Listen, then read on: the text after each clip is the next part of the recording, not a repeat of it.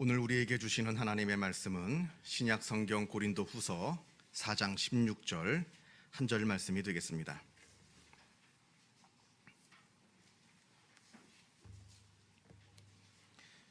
신약 성경 290면이 됩니다.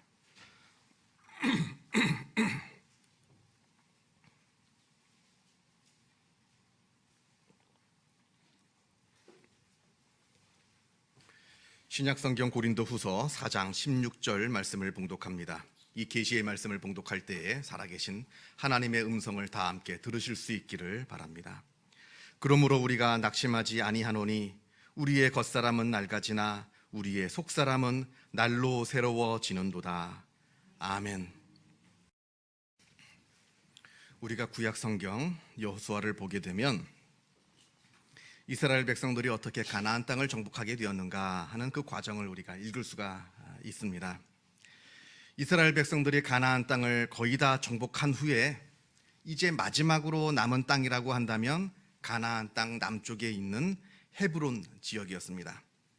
이 지역은 험준한 산악 지역이었을 뿐만 아니라 이곳에 사는 아낙 자손들은 아주 크고 든든한 성들을 세워놓고 이곳을 지키고 있는, 그래서 감히 함부로 공격해 들어갈 수 없는 그러한 지역이었습니다.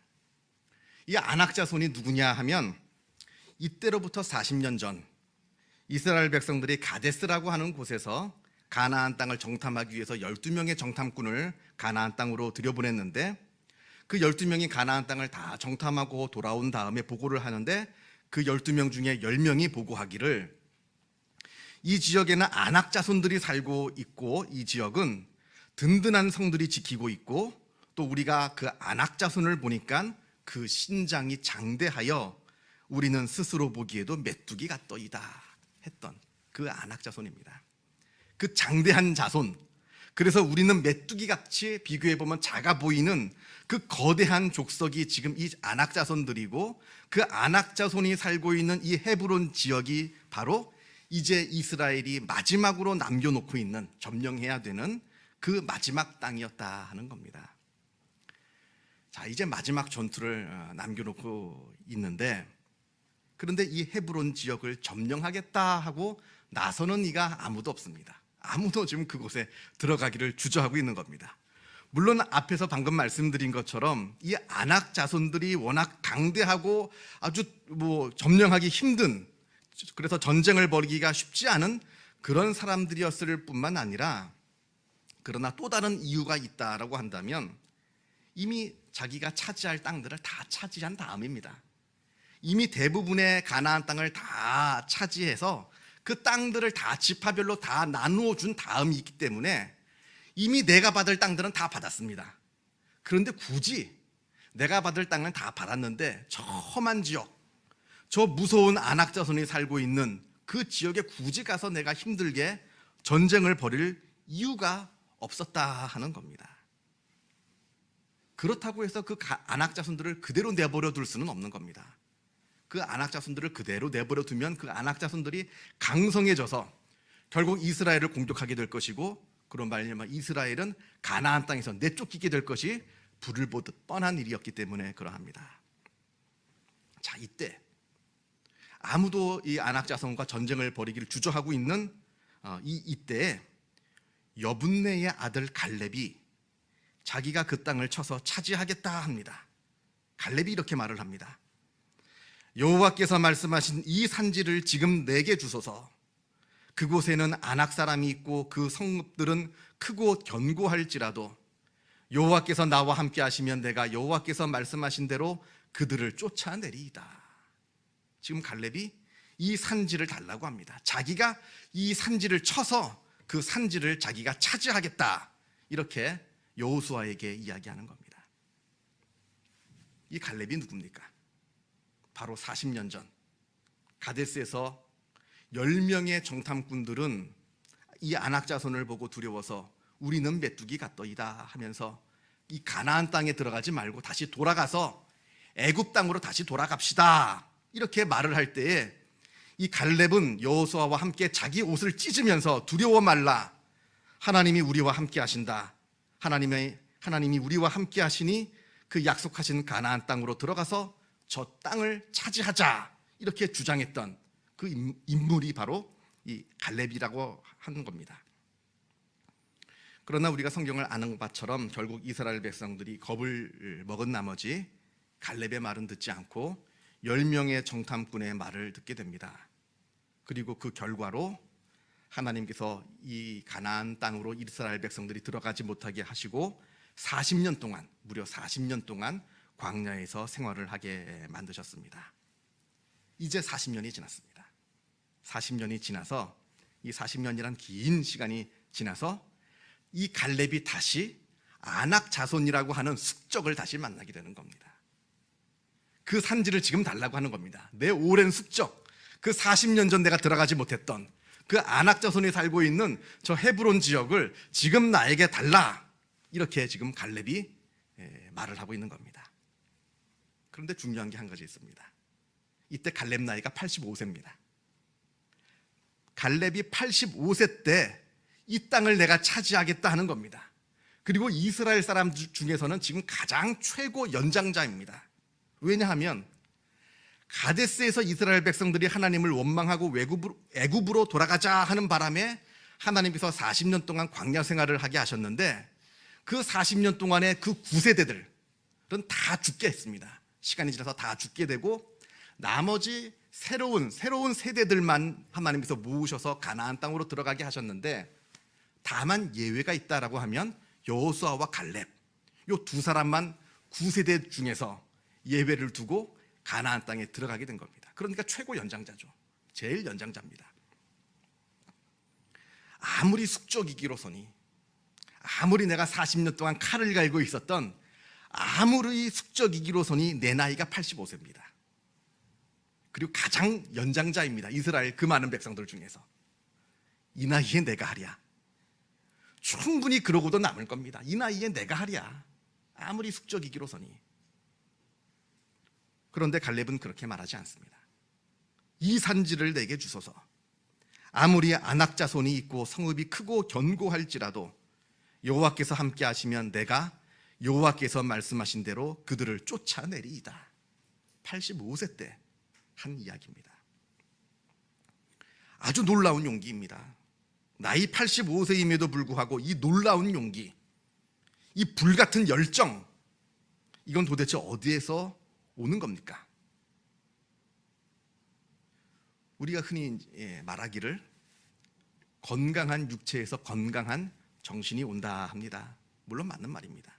우리의 육체, 우리의 몸하고 우리의 정신이라고 하는 것은 이렇게 분리되어 있는 게 아닙니다. 다 연관이 되어 있는 것인데, 그러나 아무리 그렇다 하더라도 우리의 정신이라고 하는 것이 언제나 육체에 종속되는 것은 아니다 하는 것을 우리가 늘 기억해야 되는 겁니다.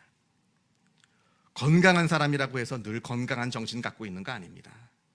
반대로 육신이 연약하다 해서 반드시 그 정신이 나약한 것도 아니다 하는 법입니다. 우리가 보게 되면 나이라고 하는 거, 그리고 우리가 갖고 있는 육신의 질병이나 가난이라고 하는 거, 이런 수많은 장애와 어려움을 가지고 있음에도 불구하고 그 위대한 정신적인 에너지를 쏟아내었던 수많은 위대한 사람들을 우리가 주변에서, 그리고 역사 가운데서 우리가 수많은 사람들을 발견할 수가 있습니다. 그 많은 그 육체적인 연약함에도 불구하고 위대한 정신을 발휘했던 수많은 사람들이 있다 하는 겁니다. 모세가 그랬습니다. 모세가 하나님으로부터 부름을 받았던 때가 80세 때입니다. 젊을 때 한 거 아닙니다. 28 청춘 때 하나님께 부름받은 것이 아니라 80세 때, 남들은 이제 자기 삶을 다 정리하고 내려놓아야 할 그 나이, 그 80세 때에 모세는 새로운 비전을 보았습니다. 출애굽이라고 하는 놀라운 비전을 보고 그 비전에 자기의 남은 삶을 온전히 헌신을 하였습니다. 사도 바울이 그랬습니다. 사도 바울은 나이가 들어서까지, 노인이 될 때까지 복음을 전하는 일을 게을리하지 않았습니다. 우리가 예수님의 나이는 알잖아요. 우리가 예수님의 나이는 아는데 사실 사도 바울의 나이는 우리가 알지 못합니다. 그래서 사도 바울의 나이가 정확하게 언제 어떻게 시작을 해서 언제 어떻게 맞춰졌는지 우리가 잘 알지는 못합니다만, 그러나 우리가 사도 바울에 대하여 분명히 알 수 있는 것은 무엇이냐면, 사도 바울이 주후 64년 네로가 로마에서 기독교를 박해할 때, 그 박해 때 64년에 사도 바울이 순교했다라고 하는 사실은 분명합니다. 그리고 이때 이미 바울이 노인이었다 하는 것도 분명합니다.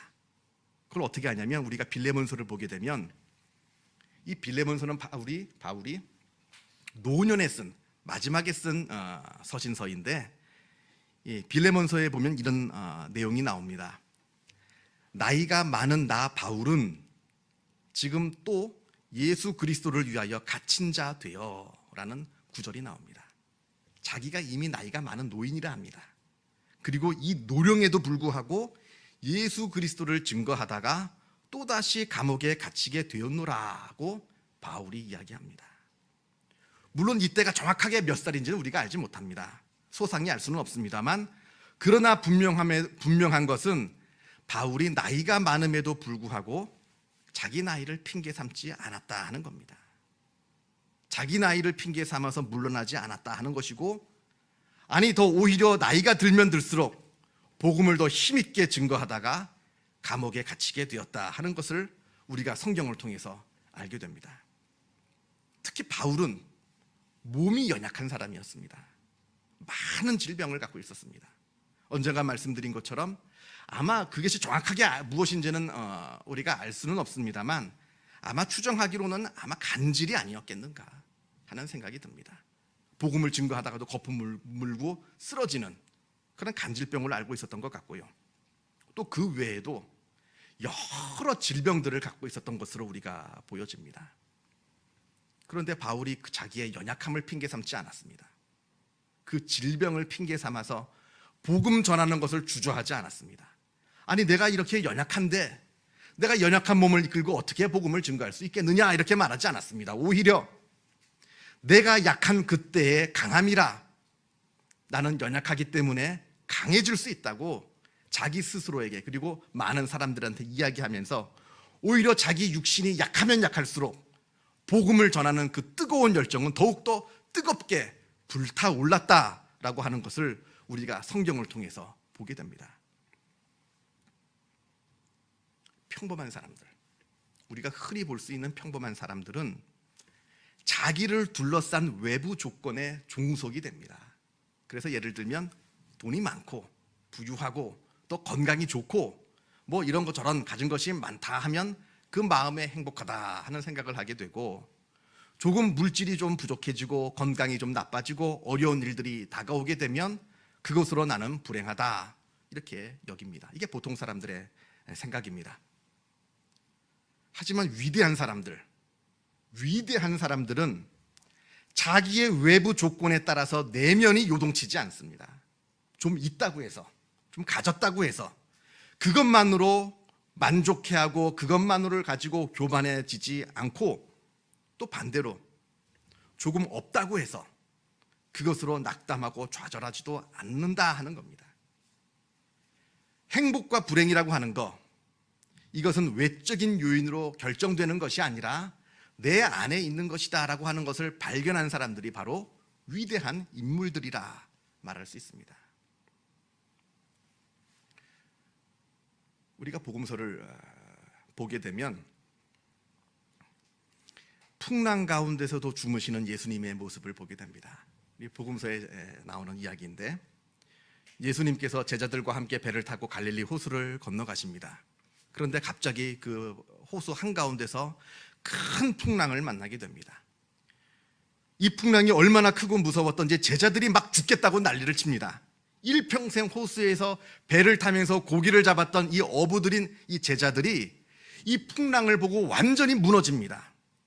완전히 겁에 질려서 죽겠다고 소리를 지릅니다. 이 풍랑 때문에 물이 지금 막 배 안으로 막 들어오게 있고 이제 곧 이 배가 침몰하게 되었습니다. 그런데 예수님은 이것으로 미동도 하지 않으십니다.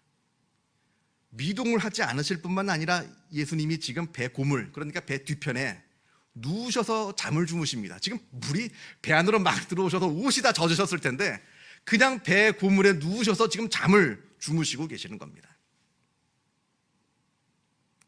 지금 예수님이 잠이 둔해서 누워 못 일어나서 주무시는 겁니까?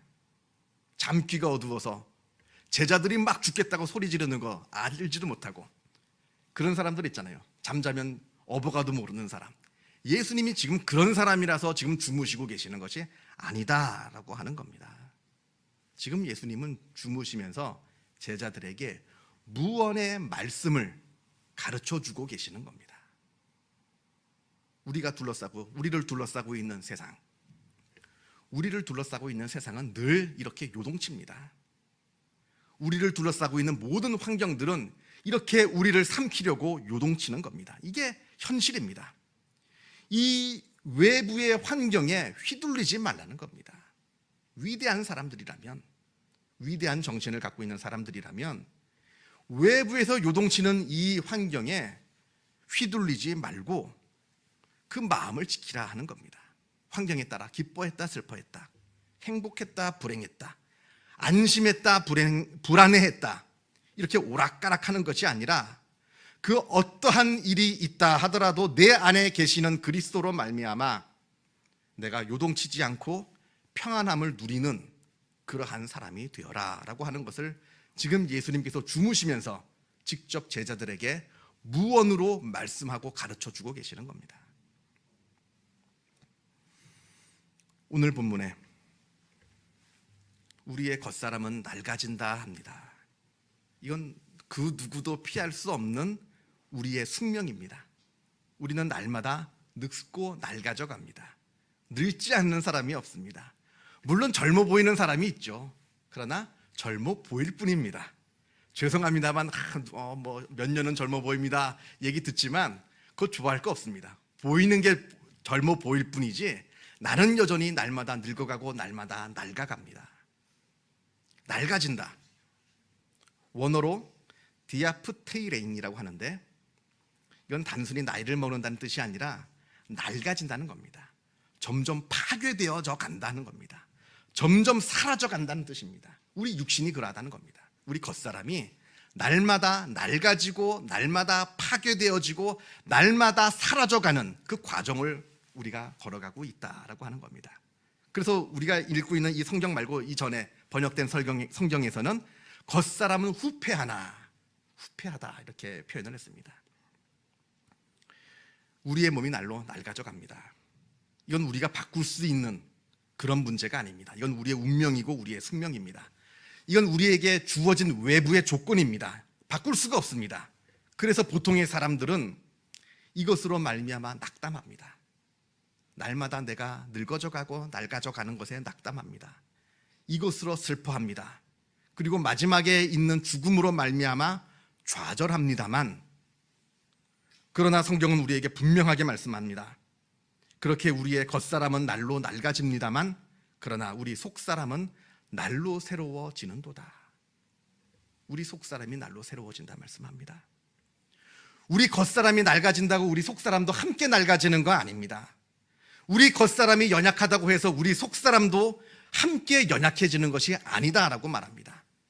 우리 겉사람은 낡아져서 죽음에 이른다 하더라도 이것으로 우리 속사람도 함께 죽음으로 빠져들어가는 것이 아니라 우리의 속사람은 날로 강해지고 날로 새로워지는 것이 되는 것이라고 성경은 우리에게 분명하게 증거하는 것이고, 그로 말미암아 우리가 그것을 바라보고 낙심하고 낙담할 필요가 없다라고 우리에게 가르쳐주고 있습니다. 우리의 육신이 낡아지고 우리의 육신이 연약해졌다 해서, 아니 또 우리의 삶을 둘러싸고 있는 외부의 환경이 나빠졌다라고 해서 이것으로 말미암아 우리가 낙담할 일이 아니라, 그럼에도 불구하고 날로 새로워지는 속사람을 우리가 바라보라, 그 말씀을 하고 있는 겁니다. 저는 여러 장례를 집례해 보았습니다. 많은 장례들을 집례해 보았는데 그 중에 제가 평생 아마 잊지 못할 기억으로 남을 장례들이 몇 개가 있습니다. 몇 건이 있는데 그 중에 한 분을 제가 소개해 드리고자 합니다. 어느 나이가 많으신 권사님이셨습니다. 이제 곧 돌아가시게 되었다 하는 소식을 듣고 임종 예배를 드리려고 제가 급하게 병원으로 갔습니다. 온 가족들이 다 모여 있어서 이제 임종 예배, 마지막 예배 준비를 합니다. 그리고 이 권사님은 지금 의식이 없으십니다. 완전히 의식을 이제 잃으셨습니다. 이 가족들이 모여서 예배를 준비하는데 그때 따님이 우리 어머니가 평소에 좋아하시는 찬송이 85장이라 합니다. 구주를 생각만 해도 이렇게 좋거든. 주 얼굴 배울 때야 얼마나 좋으랴 하는 가사에 85장을 우리 어머니가 평소에 즐겨 부르셨다 이렇게 이야기를 하길래 함께 예배를 드리면서 이 찬양을 부르는데 그동안 의식이 없으셨던 이 권사님이 눈물을 흘리십니다. 주르르 그 눈에서 눈을 감고 있으면서 눈물이 주르르 흘러내립니다. 그런데 더 놀라운 것은 입술을 조금씩 움직이시면서 아주 약한 소리지만 소리를 자꾸 내십니다. 물론 완벽한 노래는 아니죠. 그 노래를 부를 수 있는 기력은 이미 다 잃으셨습니다. 그러나 소리를 할 수 있는 최대한의 노력을 해서 소리를 내서 이 찬송을 따라 부르려고 하는 모습을 제가 보았습니다. 의식이 없는 중에도 저는 그 모습을 보면서 큰 은혜를 받았습니다. 물론 육신이 연약하여서 찬송을 제대로 부를 수 없는 그 연약한, 이제 곧 육신이 무너지는 그 연약함 가운데 가장 인간이 연약한 지경에 놓여 있습니다만, 그러나 세상의 그 어떠한 누구보다도 가장 뜨겁게, 세상의 그 누구보다도 가장 간절하게 지금 찬양을 부르고 계시는 그 권사님의 모습을 보았다 하는 겁니다. 육신이 낡아 이제 무너지는 순간에도 그 영혼은 날마다 새로워져서 하나님을 뜨겁게 찬양하고 계시는 겁니다. 지금 육신이 무너지는 순간이기 때문에 꼼짝할 수 없는 이 순간입니다만 그 영혼은 너무나 자유로워서 하나님을 자유롭게 찬양하는 모습을 제가 보았다 하는 겁니다. 이것이 바로 날마다 새로워지는 우리 속사람의 모습입니다. 성경에서 말씀하시는 그러므로 우리가 낙심하지 아니하노니 우리 겉사람은 낡아지나 우리의 속사람은 날로 새로워지는도다. 이 말씀의 모습이, 저는 이 모습을 그 권사님의 마지막 모습에서 발견했습니다. 이 놀라운 은혜, 우리의 겉사람은 날로 낡아지나 우리의 속사람은 날로 새로워지는 이 놀라운 은혜가 여기 모여있는 하나님의 귀한 백성들 위에 함께 하시기를 축원합니다. 기도하겠습니다. 사랑과 은혜가 충만하신 하나님 아버지, 감사합니다. 부족한 우리를 사랑하셔서 하나님의 백성 삼으시고 자녀 삼아 주시고 우리에게 부활을 허락하여 주시고 영생을 허락하여 주시며 우리의 겉사람은 날로 낡아지나 우리 속사람은 날로 새롭게 되는 은혜를 허락하신 하나님의 놀라운 사랑에 감사를 드립니다. 아버지여, 우리가 이 놀라운 존재임을 잊지 않게 하여 주옵소서. 비록 우리의 겉사람은 낡아지나 우리 속사람은 날로 새로워지는 놀라운 존재임을 우리가 늘 깨달아 알아 우리 주변을 둘러싸고 있는 이 환경에 우리가 좌절하고 낙담하지 않게 하여 주옵시고 눈을 들어서 우리를 사랑하시고 우리를 인도하시는 하나님의 놀라운 그 새롭게 하시는 은혜를 바라보며 하나님을 찬양하는 복된 하나님의 자녀들이 다 되게 하여 주시옵소서. 이 모든 말씀 우리 주 예수 그리스도 이름으로 기도하옵나이다. 아멘.